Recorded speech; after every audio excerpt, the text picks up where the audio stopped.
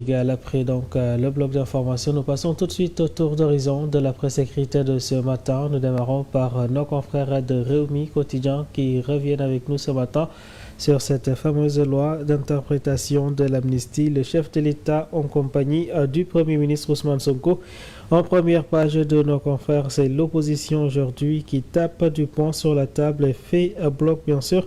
Ces derniers, enfin unis face à Ousmane Sonko et Bassirou Diomaye Faye, révèle le Réumi Quotidien.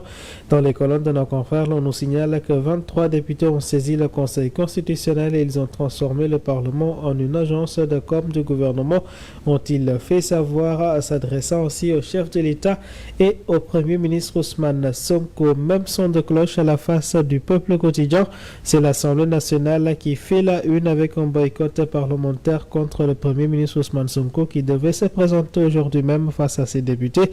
Séance finalement reportée. Ces 23 députés ont fini par aller saisir le Conseil constitutionnel pour simplement l'annulation de la loi interprétative de l'amnistie selon donc le peuple quotidien.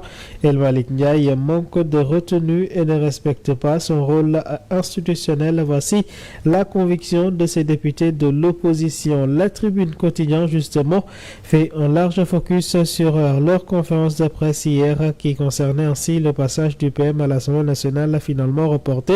Sonko échappe au boycott de l'opposition parlementaire, c'est le titre à la une de nos confrères. Le chef du gouvernement évoque ainsi le décès du khalife général des Layènes Mohamedou Makhtar Laye. Les députés de l'opposition pendant ce temps disent boycotter les travaux par respect pour leurs électeurs, informe la Tribune quotidien qui souligne en même temps que cette prise de position fait suite au dépôt d'un recours inconstitutionnalité bien sûr contre la loi numéro 8 2025, dixit la publication. Justement à la face du quotidien, le quotidien, le visage de cette opposition, bien sûr ces deux personnalités, Aïssata Tall Sall et Thierno Alassane Sall, qui incarnent cette opposition farouche au niveau de l'Assemblée nationale. Voici les voix de la résistance dans l'hémicycle.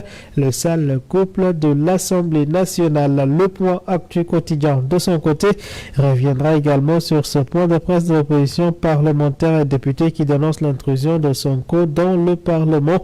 Opposition qui s'élève contre la violation de l'article 19 alinéa 2 du règlement intérieur. Tako, Wallo, Djambak, Djerigne, Sambasa Kadou et les non-inscrits boycottent le passage du PM du 14 avril prochain.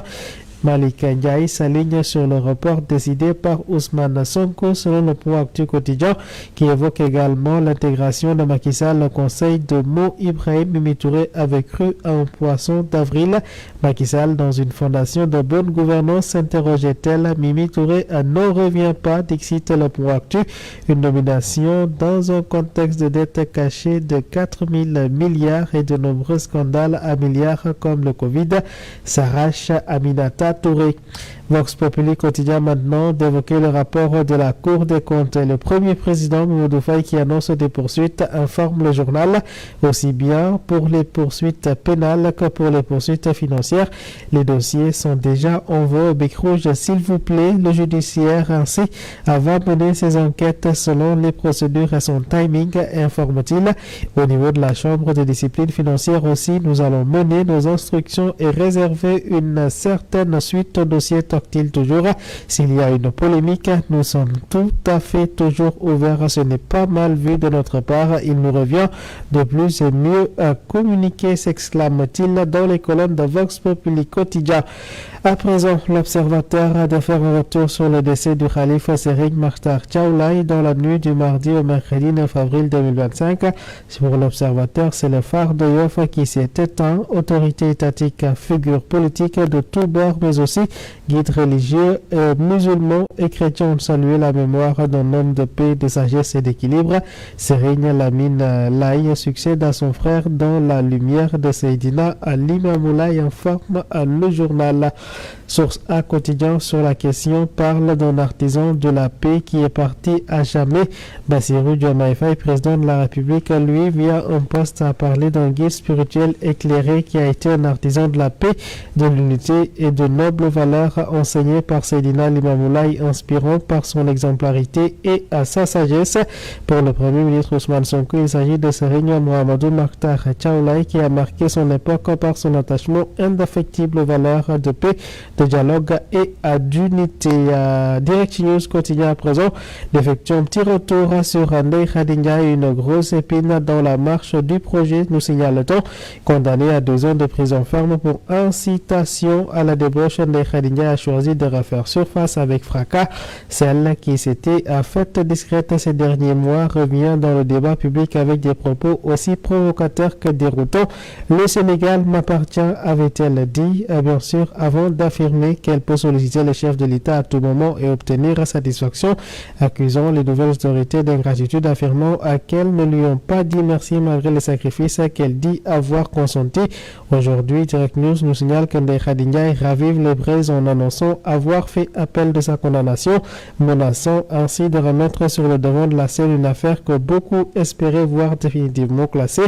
Dès qu'elle est évoquée, cette affaire ravive les tensions, réveille les douleurs et pousse les partisans du régime en place à sortir de leur silence. Le Premier ministre Ousmane Sonko, lui, qui a toujours dénoncé un vaste complot contre sa personne, est désormais en position d'éclairer la vérité selon Direct News quotidien.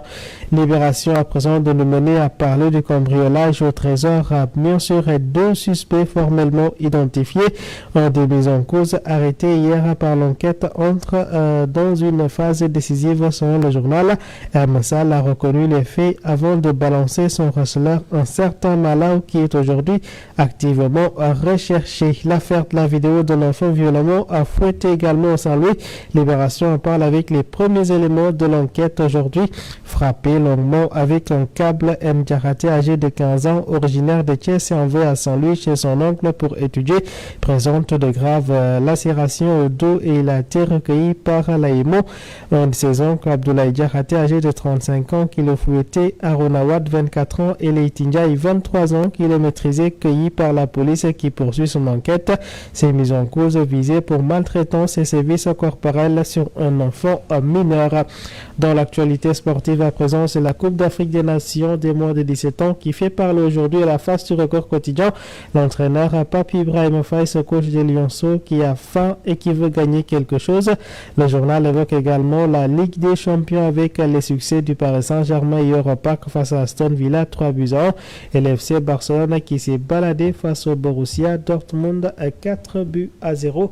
Suite donc de cette soirée européenne avec la Ligue Europa ce soir et à l'écart de finale, mesdames et messieurs. Voilà donc qui met un terme à ce tour d'horizon de la presse écrite. Merci de nous avoir suivis.